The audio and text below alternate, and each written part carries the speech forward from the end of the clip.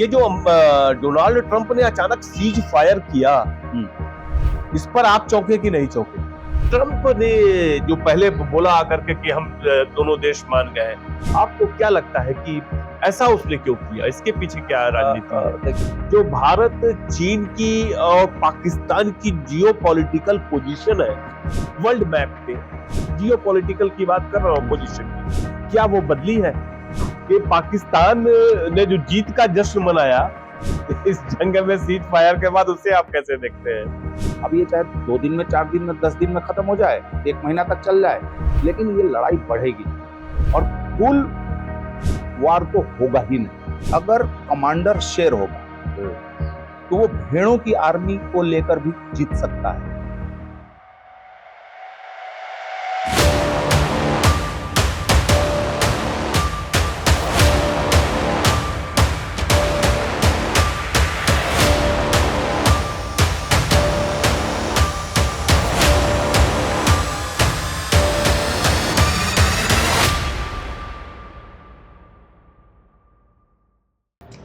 साथियों नमस्कार।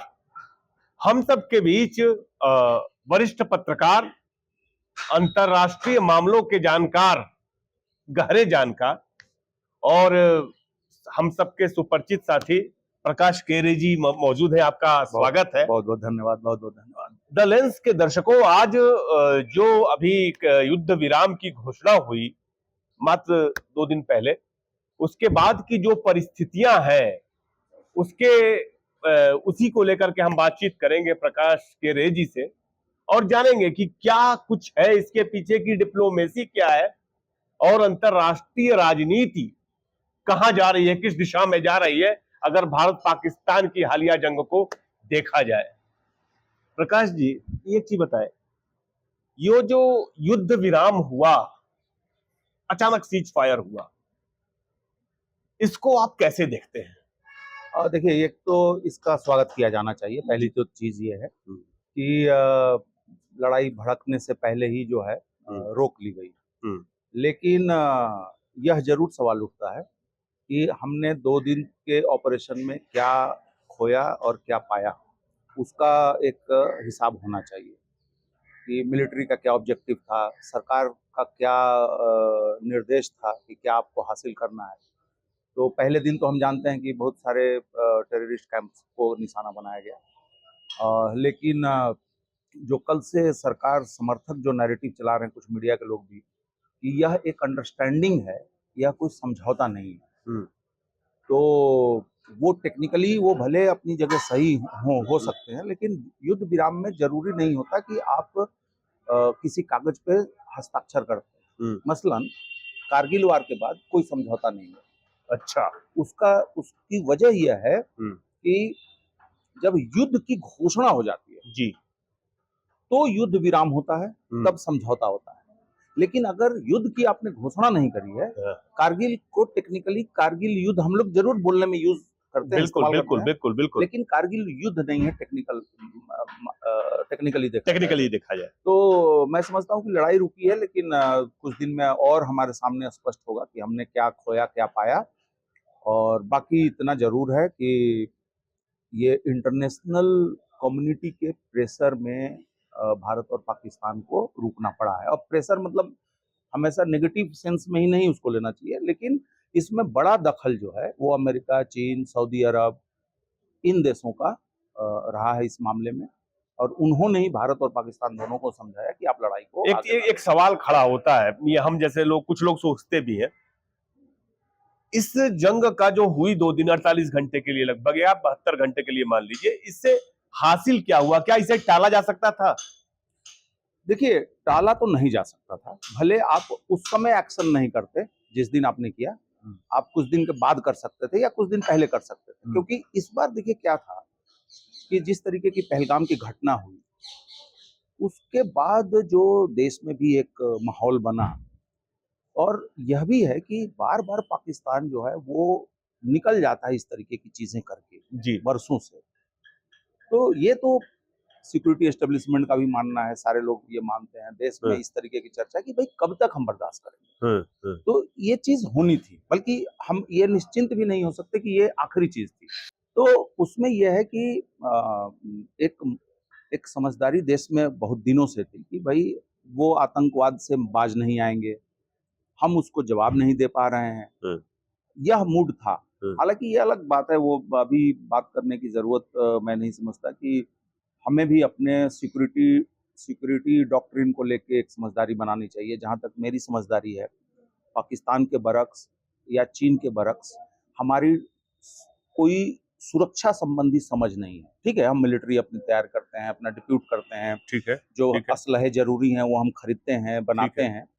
लेकिन एक जैसे हमारा न्यूक्लियर डॉक्ट्रिन है जी, कि भाई हम पहले नहीं चलाएंगे, जी, कोई चलाएगा तो हम जवाब देंगे, तो ये जी, एक समझदारी है। जी, उसी तरीके से हमें पाकिस्तान या चीन या किसी और भी हमारे जो पड़ोसी मुल्क हैं, या इवन कोई दूर का भी है मान लीजिए, तो हमें एक समझदारी बनानी चाहिए। तो जहां तक मेरी जानकारी है वो डॉक्ट्रिन नहीं है।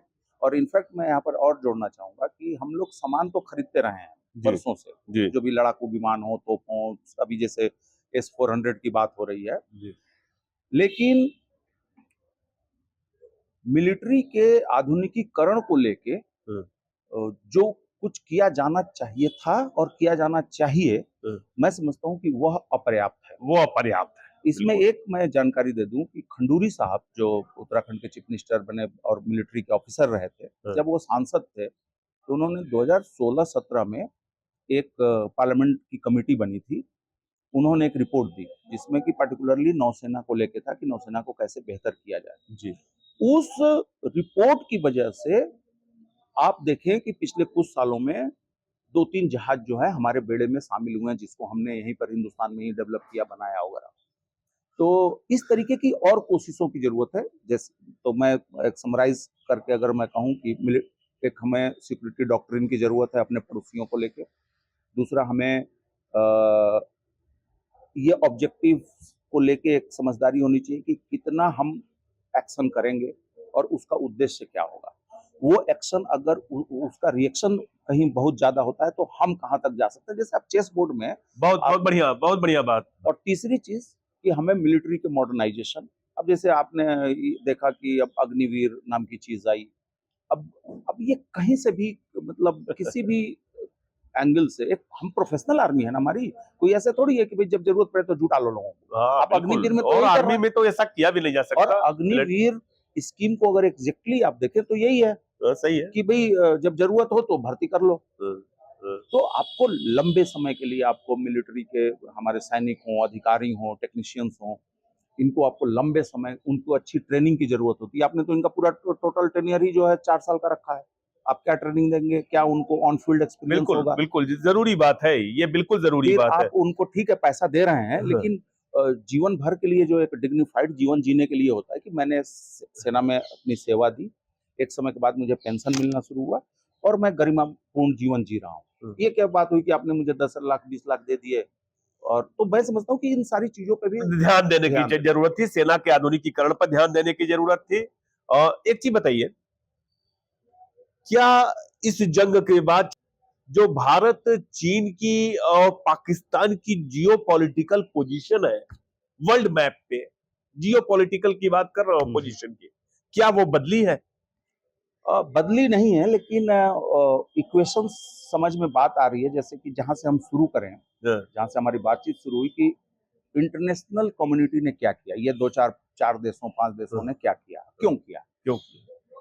तो उससे हमको समझ में आ जाएगी चीज कि जियो पोलिटिकल सिनारियो क्या है। हाँ, जैसे अमेरिका, हाँ, अमेरिका आप जानते हैं कि भारत के तो करीब है ही, हमारा स्ट्रेटेजिक अलायंस है उनके साथ। और हम उनसे मिलिट्री इक्विपमेंट भी ले रहे हैं। बिजनेस हमारा है ही है बढ़िया, जिसमें कि हम मुनाफे में हैं। लेकिन वो पाकिस्तान के भी उतने ही करीब है हाँ, अमेरिका। हाँ, और पाकिस्तान उसके लिए इसलिए इम्पोर्टेंट है कि वो वहां से पश्चिम एशिया, हाँ, सेंट्रल एशिया हाँ, और दक्षिण एशिया, हाँ, इन तीनों जगह वो कंट्रोल कर सकता है, इंटरवेन कर सकता है जरूरत पड़ने पर। हम्म, मान लीजिए उसको कल को अफगानिस्तान में बम गिराना है, हाँ, तो वो कतर से जहाज उड़ाए, इससे बेहतर है कि वो पाकिस्तान से जहाज उड़ाए। हाँ, ज्यादा आसान होगा, ज्यादा सस्ता पड़ेगा, ज्यादा इफेक्टिव होगा। तो उसके लिए पाकिस्तान को छोड़ना बहुत मुश्किल था। अगर मान लीजिए वो इस लड़ाई को आगे चलने देता और पाकिस्तान की हालत खराब हो जाती, तो पाकिस्तान बाय डिफॉल्ट चाइना के और करीब जाता। पहले ही से करीब है वो चाइना के भी, बिल्कुल तो और करीब जाता। तो क्या अमेरिका के लिए ये फायदेमंद होता कि वो चाइना की गोद में पूरी तरह बैठ जाए? तो इसलिए उनको रोकना जरूरी था। दूसरी चीज कि इंडिया से उनके अच्छे रिलेशन है, तो क्या हम पर असर नहीं पड़ता, इकोनॉमिक असर पड़ता और भी चीजें होती, तो वो भी अमेरिका के हित में नहीं था, क्योंकि वो आप देख रहे हैं कि ट्रेड वार में फंसे हुए हैं, टैरिफ वार में फंसे हुए हैं। अभी डोनाल्ड ट्रंप का भी अभी 3 महीना लगभग हुआ है सत्ता में आए हुए, तो वो ये नहीं चाह रहे थे कि भारत और पाकिस्तान के बीच ऐसी चीज हो। और सऊदी अरब वगैरह के साथ देखिए दोनों के अच्छे संबंध में। आज भी सऊदी रॉयल फैमिली जो है जी जी उसकी सिक्योरिटी का जिम्मा पाकिस्तान के कमांडो करते हैं, जी उनके हाथ में है, तो उनका इंटरेस्ट है। उसी तरीके से आपके और भी बहुत सारे जो मुल्क हैं उस इलाके में, जैसे संयुक्त अरब अमीरात है, कतर है, उनका इसमें भूमिका है उनकी दोनों देशों के साथ। तो वो भी ये नहीं चाह रहे थे कि भाई कल को हमें पोजीशन लेना पड़े कि मैं इसके साथ हूँ उसके साथ हूँ। तो जियोपॉलिटिकल गेम वही रहेगा। इसीलिए आपने देखा कि चीन की पोजीशन, चीन की पोजीशन से पहले मैं इस बात को अंडरलाइन करूं कि दुनिया भर के जिस भी मुल्क ने पहलगाम अटैक की निंदा की, बहुत लोगों ने की, बहुत देशों ने की, लेकिन किसी ने भी पाकिस्तान का नाम नहीं लिया। ये तो हुआ पाकिस्तान को उसके लिए जिम्मेदार नहीं माना। बिल्कुल बिल्कुल। तो इसका मतलब कि वो पाकिस्तान के भी गुड बुक में रहना चाहते हैं। वो पाकिस्तान को बिल्कुल अकेला नहीं छोड़ना चाहते, चाहे कोई देश हो। चीन की जहां तक बात है, चीन के साथ भी यही खेला है। भले वो चीन के साथ हमारा सीमा विवाद है और एक हद से ज्यादा आप चीन पे भरोसा नहीं कर सकते, लेकिन चीन के साथ भी हमारा रिलेशन कमोबेश वैसा ही है जैसे अमेरिका या दूसरे देशों के साथ।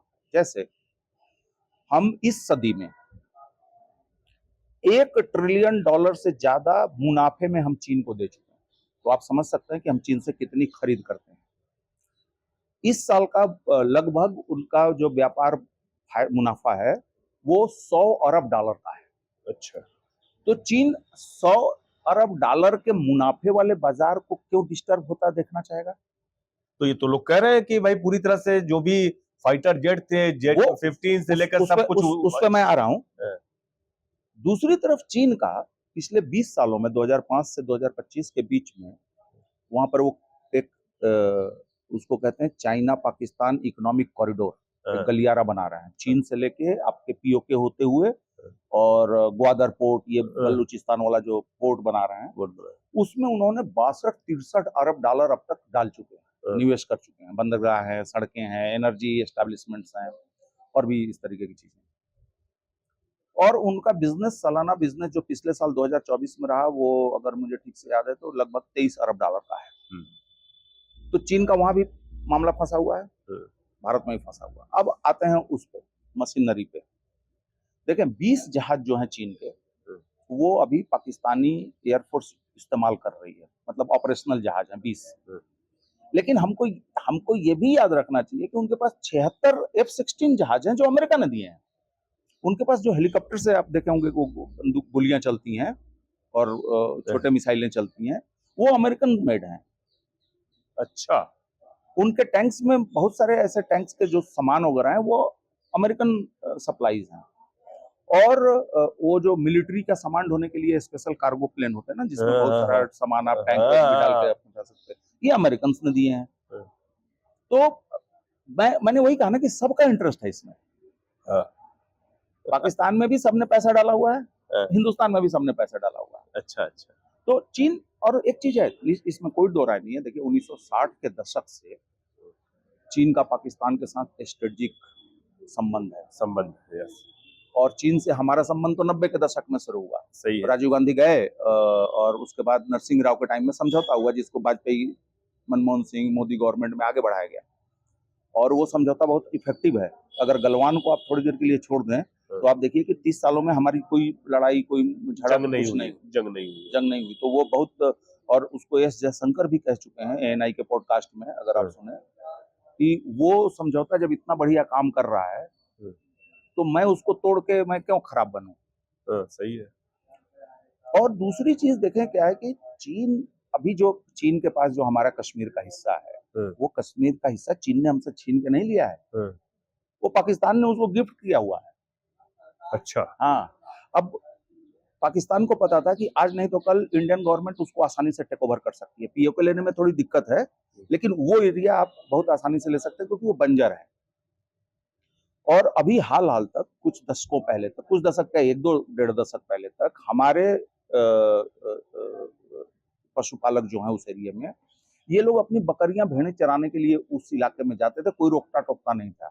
बस कभी कभार चीनी मिलिट्री की जीप आ जाती थी तो एक आध भेड़ या बकरा जो है वो उठा के अपनी गाड़ी में रख के वो चले जाते थे, इससे ज्यादा नहीं होता था। अब उन्होंने ज्यादा पेट्रोलिंग बढ़ा दी है, शायद वहां पर इंफ्रास्ट्रक्चर भी बना रहे हैं।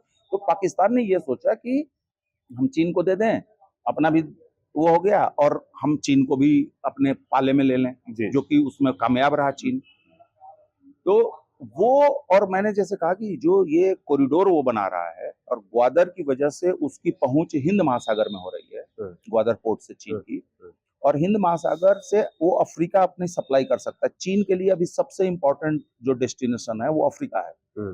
समूची अफ्रीका से उनका बिजनेस हो रहा है, खूब बढ़ रहा है, खूब वहाँ इन्वेस्टमेंट हो रही है, चाइनीज सारी चीजें हो रही है। उसके लिए जरूरी है कि हिंद महासागर में उसकी बढ़िया जो है पहुंच रहे, नहीं तो अदरवाइज उसको घूम के बहुत दूर से आना पड़ेगा। तो वो स्ट्रेटजीज, उस स्ट्रेटजिक चीज को वो नहीं छोड़ सकता, इसलिए वो पाकिस्तान को मदद करेगा। दूसरा कि चीन के लिए यह जरूरी है कि भारत के साथ जो उसका सीमा विवाद है, वो सीमा विवाद को एटलीस्ट वैसे ही बनाए रखने के लिए जरूरी है कि पाकिस्तान के साथ जो भारत का सीमा विवाद है वो भी बना रहे, ताकि कोई सोल्यूशन नहीं हो, स्टेटस को में रहे। तो चीन, और दूसरी देखिए एक चीज और इंटरेस्टिंग चीज है कि चाइना जब आप आज के डेट में एक सुपर पावर है, तो वो ये भी देखेगा ना कि पाकिस्तान जैसा मुल्क अगर मेरी मुट्ठी में है, मेरे इम्पैक्ट में है, मेरे प्रभाव में है, और ये अमेरिकन के प्रभाव में भी है, तो वो चाहेगा कि भाई इसको हम कब्जे में रखें, चाहे जैसे हो, मिलिट्री दें या पैसा दें या जो भी दें। अच्छा, तीसरी चीज जो आखिरी चीज उसकी वजह है कि पीओके तक उसका वो कॉरिडोर आ रहा है। तो अब जहां पे हमारा इलाका है, जिस पर हमारा दावा है, वहां पर उसने इंफ्रास्ट्रक्चर बना लिया अपने, तो अब उसका भी स्टेक हो गया ना वहां पे। बिल्कुल हो गया। तो इस वजह से चीन बार बार एक वर्ड यूज करता है। देखिए डिप्लोमेसी में ये बहुत इंटरेस्टिंग चीज होती है कि आप अगर वर्ड्स को पकड़ लेना तो बहुत सारा सिनेरियो खुलता जाता है। वो क्या कहता है, वो ये नहीं कहा कि मैं भारत के खिलाफ पाकिस्तान की मदद करूंगा, उसने ये कहा कि पाकिस्तान की एकता और अखंडता और उसका जो बॉर्डर है उसको बरकरार रखने के लिए चीन जो है उसमें पूरा उनका समर्थन करेगा। उन्होंने ये नहीं कहा। आपको याद हो दर्शकों की ये बात जो है, हमले के दूसरे दिन जब भारत ने स्ट्राइक की थी, उसके दूसरे दिन चीन ने कहा था, जो प्रकाश जी बता रहे हैं। और चीन के लिए एक और इम्पोर्टेंट चीज है कि ग्वादर के बगल में हम लोगों का ईरान के सहयोग से चाबहार बंदरगाह बन रहा है। और बीच में जब डोनाल्ड ट्रंप की वजह से हमने चाबहार से अपने हाथ खींचे थे, क्योंकि उन्होंने सैंक्शंस वगैरह लगा दिए थे, हालांकि चाबहार पे सैंक्शन नहीं था, उन्होंने उसको छूट दे दी थी कि भारत वहां पे अपना इन्वेस्टमेंट करे, अपना काम करे जो करना है। लेकिन कंपनियां डर जाती हैं कि अरे यार सैंक्शन लग जाएगा हम पे, तो छोड़ो। तो काम हम लोगों ने हाथ खींच लिया था। जैसे ही हमने हाथ खींचा, उस गैप को भरने के लिए वहां चीन पहुंच गया और उसने ईरान के साथ लॉन्ग टर्म में $400 अरब का एक समझौता कर लिया। तो चीन का अब चाबहार भी उसके थोड़ा इंटरेस्ट में है, एटलीस्ट उसकी कुछ सड़कें और ये सब। और वो ये देख रहा है कि अगर ग्वादर पोर्ट बनेगा और चाबहार पोर्ट भी बन जाएगा तो सामान तो हम ही बना रहे हैं ना ज्यादा, तो हम तो दोनों का इस्तेमाल कर सकते हैं। खुल के आप कहिए तो अब चीन पूरे, भले भारत हो चाहे पाकिस्तान हो चाहे ईरान हो, उनको एक बड़े बाजार की तरह देख रहा। और अगर कल को पाकिस्तान अगर पिछड़ जाता है भारत के साथ लड़ाई में, तो कल को बलूचिस्तान उसको संभालना मुश्किल हो जाएगा। और बलूचिस्तान गया तो इसका मतलब कि ग्वादर भी गया। ग्वादर बलूचिस्तान में है। और सिर्फ ग्वादर पोर्ट ही नहीं है, एक तो वो विशाल पोर्ट बन ही रहा है, कुछ काम भी शुरू हो गया है। बहुत बड़ा एयरपोर्ट भी इन्होंने बनाया, हालांकि वो ऑपरेशनल उस तरीके से वो जितना चाहते थे चीनी या पाकिस्तानी, वो उतना रेवेन्यू जनरेट नहीं हो पा रहा वहां से, खाली है। क्योंकि आप अगर लोकल को ही आप एक तरीके से एलियनेट कर देंगे तो आप कहाँ से बिजनेस आपका। एक चीज बताइए आप, एक प्रकाश जी, ये जो डोनाल्ड ट्रंप ने अचानक सीज फायर किया, इस पर आप चौंके कि नहीं चौंके? और इसमें आश्चर्यजनक क्या है? मैं सिर्फ इस बात पे चौंका कि जो घोषणा भारत को और पाकिस्तान के मिलिट्री लीडरशिप को या पॉलिटिकल लीडरशिप को करनी चाहिए थी वो उन्होंने किया जी। लेकिन मुझे अचरज इसलिए नहीं हुआ क्योंकि मैं पहले से बोल रहा था और कई जगह मैंने बोला भी कुछ प्लेटफॉर्म्स पे कि और मैं सोशल मीडिया पे भी लिख रहा था कि ये 3-4 देश जो हैं वो एक्टिव हो गए हैं और वो इसको बढ़ने नहीं देंगे। अब ये चाहे 2 दिन में, 4 दिन में, 10 दिन में खत्म हो जाए, 1 महीना तक चल जाए, लेकिन ये लड़ाई बढ़ेगी और फुल वार तो होगा ही नहीं, वो तो ठीक है। ट्रंप ने जो पहले बोला आकर के कि हम दोनों देश मान गए, आपको क्या लगता है कि ऐसा उसने क्यों किया? इसके पीछे क्या राजनीति है? देखिए ये पॉलिटिक्स है, ये डिप्लोमेसी है इसमें। और उन्होंने 2-3 चीजें इससे हासिल की अमेरिका ने और उनके ट्वीट के बाद तुरंत उनके विदेश सचिव का भी ट्वीट आ गया। ठीक है। तो मैं जो समझ पा रहा हूँ, एक तो देखिए ट्रंप की पर्सनालिटी है कि मैंने करा दिया। उन्होंने वर्ड यूज किया कि मेडिएशन हमने किया, मध्यस्थता हमारी थी, उन्होंने ये क्लेम। तो एक तो क्रेडिट लेने वाली बात, दूसरी की जल्दी कर दो ताकि चीन, यूरोप, बाकी जो देश है वो कोई चौड़ाई ना ले पाए, क्योंकि चीन से जो बयान आया कि हमने भी इसमें मदद किया था, हमारी भी भूमिका रही, वो लेट से उन्होंने किया। तो ये एक तो क्रेडिट लेने की बात थी और दूसरे मुझे लगता है कि अमेरिकी एस्टेब्लिशमेंट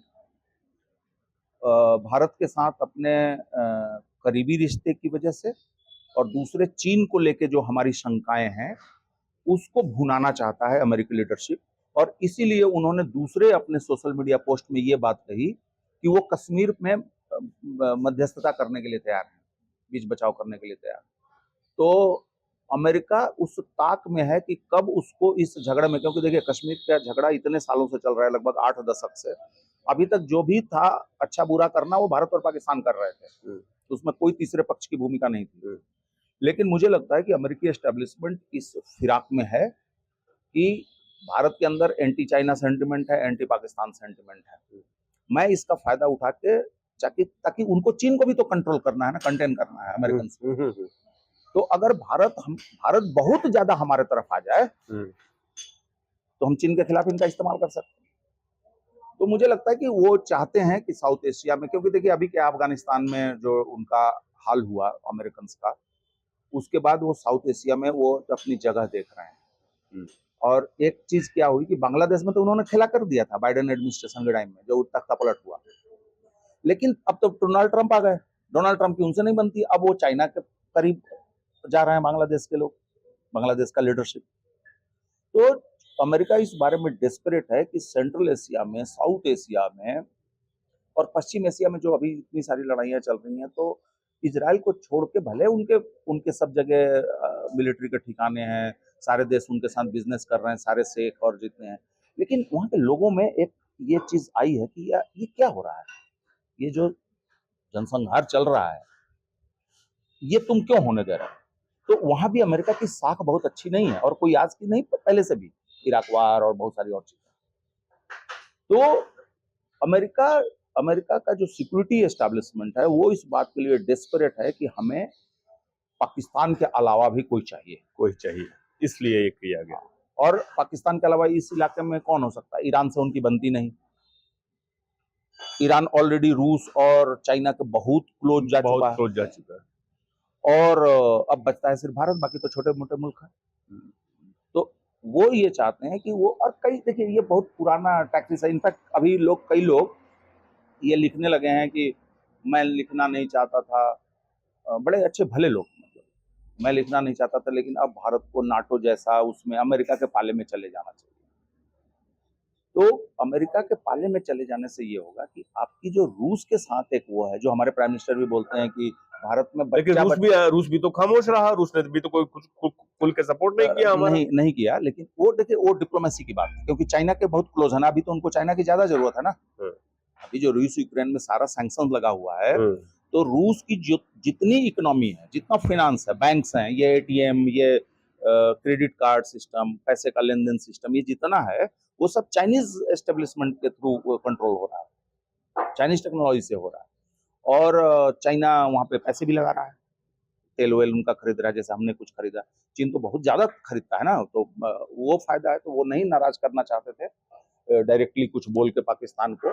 लेकिन इसमें कोई दो राय नहीं कि शुरुआती कंडेंसन करने में रूस सबसे आगे रहा, और अभी उन्होंने एक प्रपोजल दिया है कि S-500 डिफेंस सिस्टम जो है उसको आप और हम मिलकर बनाते हैं, जैसे ब्रह्मोस हम मिलकर बना रहे हैं, तो उसी तरीके से S-500 जो कि S-400 का अगला वाला है, तो उसको बनाने के लिए उन्होंने प्रस्ताव दिया है।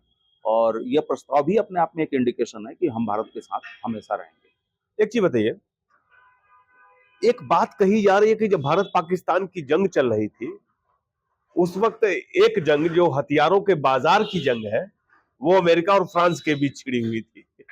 देखिए ये आपको लगता है कि नहीं? नहीं, ये बिल्कुल सही बात है, क्योंकि कभी भी देखिए, जैसे हम लोग मान लीजिए कि जो एनालिस्ट लोग हैं, जर्नलिस्ट लोग हैं, तो हमारा काम होता है जैसे वार हो रहा है तो हम बताएंगे कि कहाँ वार हुआ, कहाँ हमले हुए, कितने मरे कितने नहीं मरे, ये हम बताएंगे। लेकिन जो मिलिट्री एक्सपर्ट होगा वो ये देखेगा कि कौन से हथियार चल रहे हैं, कौन सा हथियार इफेक्टिव हथियार है। तो इस बार इंटरनेशनल मीडिया ने इस बात को उठाया, इनफैक्ट रॉयटर ने सबसे पहले उठाया कि चाइनीज रशियन हथियारों का मुकाबला पश्चिमी हथियारों से है।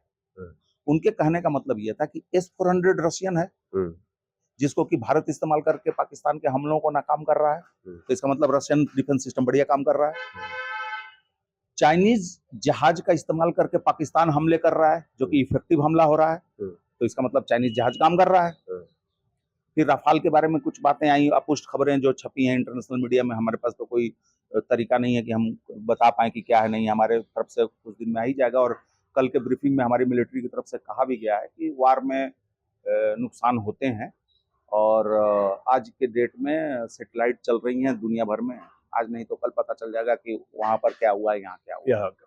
तो लेकिन ये इंटरनेशनल मीडिया ने अंडरलाइन करने की कोशिश की कि चाइनीज जहाज पाकिस्तान का काम कर रहा है, रशियन डिफेंस सिस्टम इंडिया का काम कर रहा है, और अमेरिकन सिस्टम जो है या फ्रांस का जो हथियार सिस्टम है वो काम नहीं कर रहे हैं।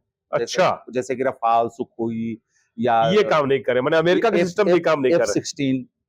तो ये जिस मीडिया ने किया और उसका असर पड़ा है। चाइनीज कंपनी जो बनाती है वो जहाज, हाँ, HUE क्या नाम है उसका, शेयर बहुत भाग गया, 37% गया, और रफाल जो बनाती है उसका नीचे आ गया। जी जी। हालांकि मैंने उस पर ज्यादा इसलिए नहीं अभी पढ़ने की कोशिश करी, क्योंकि देखिए वाशिंगटन पोस्ट लिखे चाहे रॉयटर लिखे, वो भी आपकी हमारी तरह कुछ सूत्रों से, कुछ यहाँ से कुछ वहां से आ रहा है। और अभी जब तक कि ढंग से पुष्टि ना हो किसी चीज की, जब तक पाकिस्तान न कुछ बताए, जब तक हमारी मिलिट्री कुछ न बताए, ठोस रूप से फोटोग्राफ्स आए, ये आए, तो फिर कही जा सकती है। और ये हमेशा होता है कि कई बार जैसे रूस यूक्रेन वार में भी हुआ कि उन्होंने ड्रोन की ताकत दिखाई दोनों तरफ से। अजरबैजान आर्मेनिया की भी लड़ाई हुई जब नगोर्नो काराबाख उन्होंने 3 दशक के बाद छीन लिया आर्मेनिया से, वो उसमें हुआ कि टर्किश ड्रोन कमाल के हैं। यूक्रेन ने टर्किश ड्रोन भी लिया, और टर्किश ड्रोन ने सीरिया में भी, अभी जो वहां पे तख्ता पलट हुआ असद का, वहां भी तो टर्की का ड्रोन का एक बन गया मामला। अभी इसमें भी टर्किश ड्रोन इस्तेमाल हुआ पाकिस्तान द्वारा। तो अब टर्किश ड्रोन की डिमांड इंटरनेशनल मार्केट में बढ़ जाएगी, और हमने इजरायली इस्तेमाल किए हैं तो उनकी डिमांड बढ़ जाएगी। उसी तरीके से आपको याद होगा अमेरिका ने अफगानिस्तान में एक बार एक कई हजार टन का वो गिराया था, तोरा बोरा की पहाड़ी को नष्ट करने के लिए कुछ, तो उसको उन्होंने डिस्प्ले किया था कि ये देखो हमारे पास मदर ऑफ ऑल बम्स है, नॉन न्यूक्लियर के हिसाब से बोला है। तो ये लोग वो करते हैं, दिखाते हैं, वो प्रूफ करने का वो होता है। जैसे अभी रशियंस ने एक नया मिसाइल बनाया इस्कंदर, अब वो ट्रेस ही नहीं हो पा रहा है किसी भी डिफेंस सिस्टम से, तो कल को वो मान लीजिए बोले कि मैं इसको दूसरे को देने के लिए तैयार हूँ, तो उसको तो कोई भी खरीदेगा। क्या होगा? अच्छा, एक चीज बताइए, एक आखिरी सवाल, कि पाकिस्तान ने जो जीत का जश्न मनाया इस जंग में सीज फायर के बाद, उससे आप कैसे देखते हैं? देखिए, एक तो इस देश का बड़ा दुर्भाग्य है कम से कम पिछले कुछ वर्षों से, और कभी-कभार हम लोग भी उसमें शामिल हो जाते हैं, जो अपने आप को समझदार और भले लोग मानते हैं। ये जो ट्रोल और जो ये मीडिया में एक बड़ा सेक्शन जो हो गया है, आप रात भर ये कहिएगा कि कराची ध्वस्त, पाकिस्तान का प्राइम मिनिस्टर बंकर में, लाहौर में सेना घुस गई, रात भर आपने ये चलाया। वो तो भारत सरकार ने कहा कि अरे ये क्या कर रहे हो, तो बाद में इन्होंने माफी वगैरह मांगी। तो पाकिस्तानी उस पे मजे ले रहे हैं। क्या शहबाज शरीफ ने जो जीत का जश्न मनाया और ये सब बोला, उसको उसके बिल्कुल पीछे भी यही है। बिल्कुल, ये देखिए साइकोलॉजिकल वारफेयर है। आप लेकिन साइकोलॉजिकल वारफेयर में क्या होता है कि आप शब्दों से खेल करते हैं। हाँ हाँ बिल्कुल। लेकिन हमारे वाले मतलब कहाँ से आप देखें, सायरन बजाने को लेके इनको बताना पड़ा कि अरे यार तुम लोग ये क्या कर रहे हो। सही बात, सही बात। तो आप खेलते भी हैं तो वास्तविकता के इर्द गिर्द खेलते हैं थोड़ा सा। बिल्कुल आप ये नहीं कि वास्तविकता यहाँ है आपने बना दिया है इतना। बिल्कुल। वो तो यहीं पे लोग हंस रहे थे। आप पाकिस्तानियों को क्या साइकोलॉजिकल वारफेयर करेंगे, यहीं पे लोग हंस रहे हैं, अरे यार ये क्या नवोसन कर रहा है। दूसरी चीज क्या की आपने देखी आपने कि सत्तारूढ़ दल और बहुत सारे ट्रोल और बहुत सारे मीडिया चैनल उसी में विपक्ष को निशाना बना रहे हैं। देखिए, कल भी मैंने राहुल गांधी का एक वीडियो चल रहा था पुराना, मैंने कल उसमें जो उन्होंने बात कही है मैंने उसको क्रिटिसाइज किया कि नेता प्रतिपक्ष की बात ये ठीक नहीं है। पुराना वीडियो है चीन के बारे में। हाँ। लेकिन ये कह देना, आप कितना भी राहुल गांधी के खिलाफ में हो, आप कितना भी किसी और नेता खड़गे साहब हो या लालू प्रसाद हो, अखिलेश हो, कोई हो, इवन राजनाथ सिंह हो, बिल्कुल बिल्कुल, आप किसी को कह देंगे कि इसकी ये आतंकवादियों के साथ इसकी सहानुभूति है। आप किसी को आजकल देख रहे हैं देशभक्ति का सर्टिफिकेट बांटने का जिम्मा ले लिया गया है बहुत सारे लोगों द्वारा। आप देखिए, एक इंपॉर्टेंट चीज मैं आपको अंडरलाइन करना चाहूंगा। मैं चोर हो सकता हूँ, मैं अपराधी हो सकता हूँ, मैं लुटेरा हो सकता हूँ, मैं आर्मी का सामान बेच सकता हूँ, लेकिन फिर भी भारतीय होने का अधिकार आप मेरे से नहीं छीन सकते। आप मुझे जेल में डालेंगे, आप मुझे फांसी पे चढ़ाएंगे, आप मुझे कोड़े बरसाएंगे, लेकिन इस देश की नागरिकता आप मेरे से नहीं ले सकते। सही इतना भी मैं बुरा आदमी हूं। और आए दिन मैं सुन रहा हूं कि इतने बड़े बड़े नेताओं को विक्रम मिस्त्री की बताइए उनके परिवार को, इतना 1980 बैच का ऑफिसर, इतना सीजन्ड ऑफिसर, उसने क्या क्या नहीं देखा। वो आदमी चाइना में राजदूत रहा है, वो आदमी वाजपेयी, मनमोहन सिंह, मोदी का पर्सनल सेक्रेटरी रहा है, 3 प्राइम मिनिस्टर का पर्सनल सेक्रेटरी है, और उसके साथ यह अभद्रता हो रही है और करने का साहस आप जुटा पा रहे हैं। बहुत ज्यादा होगा तो मैं मान लीजिए सरकार का आलोचक हूं, तो मैं सरकार से की आलोचना रखूंगा, उनसे अलग कुछ बात कहूंगा। और हुब्बल बतनी मतलब वतन परस्ती, वतन के साथ वफादारी, इस पे आप किसी को सवाल उठाना मतलब ये हद दर्जे की गंदगी है। भारत के कानून में भी ये चीज देशभक्ति नाम का कोई देशद्रोह नाम का कोई अपराध नहीं है। बिल्कुल सही बात, क्योंकि कॉमन सेंस है यार। अच्छा, राहुल गांधी जिसने अपने परिवार में अपने बाप को, अपनी दादी को खोया उसी आतंकवाद के उसमें, और वो बोल रहा है कि हमारे राजौरी में, पूंछ में, जम्मू में हमारे लोग मर गए, उस पर उसको वो अफसोस जता रहा। तो आप कह रहे हैं कि पाकिस्तान में मारे गए आतंकवादियों पर दुखी है। आप खड़गे साहब, जितनी इन चैनल के एंकरों की कंबाइंड उम्र नहीं होगी, वो आदमी पब्लिक लाइफ में रहा है। खड़गे साहब, आप उस पर क्वेश्चन कर ले रहे हो यार। उत्तर प्रदेश का 5 साल चीफ मिनिस्टर रहा है, सक्सेसफुल चीफ मिनिस्टर रहा है, आज इतने बड़ी संख्या में सांसदों को लेकर बैठा हुआ अखिलेश, आप उसको कह देंगे कि वो उसको देश से मोह नहीं है। और आप जो है एक सैलरी पे काम कर, ये सब तो रोकेगी अगर भाई, तो सरकार रोकेगी। सरकार को रोकना चाहिए, उस पार्टी को रोकना चाहिए। बिल्कुल बिल्कुल बिल्कुल। और ये चीज आप देश की आप एक खराब कमजोर छवि आप बाहर देते हैं। अभी तो पाकिस्तान का मजाक इसीलिए उड़ा रहे हैं ना, वो सेलिब्रेट लड़ाई की जीत का जश्न नहीं मना रहे हैं, क्योंकि लड़ाई में कोई जीत हार हुई नहीं है। अच्छा, ये बात आप मानते हैं कि लड़ाई में कोई जीत हार नहीं? हमने हमारा एजेंडा ये था कि भाई हमको कुछ टेररिस्ट कैंप्स हैं, हमने आइडेंटिफाई किया 9 जगह, हमने वो कर दिया। बाद में जो बहुत बड़ी बात कह रहे हैं आप, जो मिलिट्री पे हमले हुए वो तो जवाब में हमले हुए ना। उन्होंने फिर ड्रोन मारा या मिसाइलें मारी, तो उसका जवाबी कार्रवाई करते हुए एयर डिफेंस सिस्टम या चाहे जो भी हुआ, आज आज जो मिलिट्री का प्रेस कॉन्फ्रेंस हुआ है उसमें किसी ने सवाल पूछा कि सर सोशल मीडिया पे चल रहा है कि जहाँ पे न्यूक्लियर हथियार या सामान रखे हुए हैं, डिपो है उनका पाकिस्तान का, वहाँ पे हमला हुआ है, तो आप क्या बता रहे हैं? उस जगह का उन्होंने नाम लिया जो क्वेश्चन पूछ रहे थे जो जर्नलिस्ट। तो हमारे ऑफिसर ने बड़ी सुंदर बात कही, आपका बहुत बहुत शुक्रिया कि आपने हमें ये जानकारी दी कि वहाँ पर न्यूक्लियर सामान रखा जाता है, बाकी वहाँ पर हमने कोई हमला नहीं किया उस जगह पे, और हम नहीं जानते कि वहाँ क्या रखा जाता है। अरे भाई, कुछ काम आर्मी को करने दो, कुछ काम फॉरेन मिनिस्ट्री को करने दो, कुछ काम गवर्नमेंट को करने दो। आप सर्टिफिकेट, अच्छा, बीजेपी के हैंडल से जिस तरीके की ओछी पॉलिटिकल पोस्टिंग की गई बहुत लगातार, और स्पष्ट रूप से भारतीय जनता पार्टी से जुड़े हुए लोगों ने, उनके नेताओं ने जिस तरीके की चीजें लिखी पढ़ी सोशल मीडिया पे, भाई विपक्ष तो पहलगाम जिस दिन अटैक हुआ उसके बाद बात हुई कि रिस्पॉन्ड करना है इस हमले का, तो विपक्ष ने तो उसी दिन कह दिया कि हम सरकार के और अपनी सेना के साथ हैं, खड़े हैं। आप निर्णय लीजिए, जो आपको करना है करिए, हम खड़े हैं, पूरा देश खड़ा है। ऑब्वियसली भाई, देश क्यों नहीं खड़ा होगा।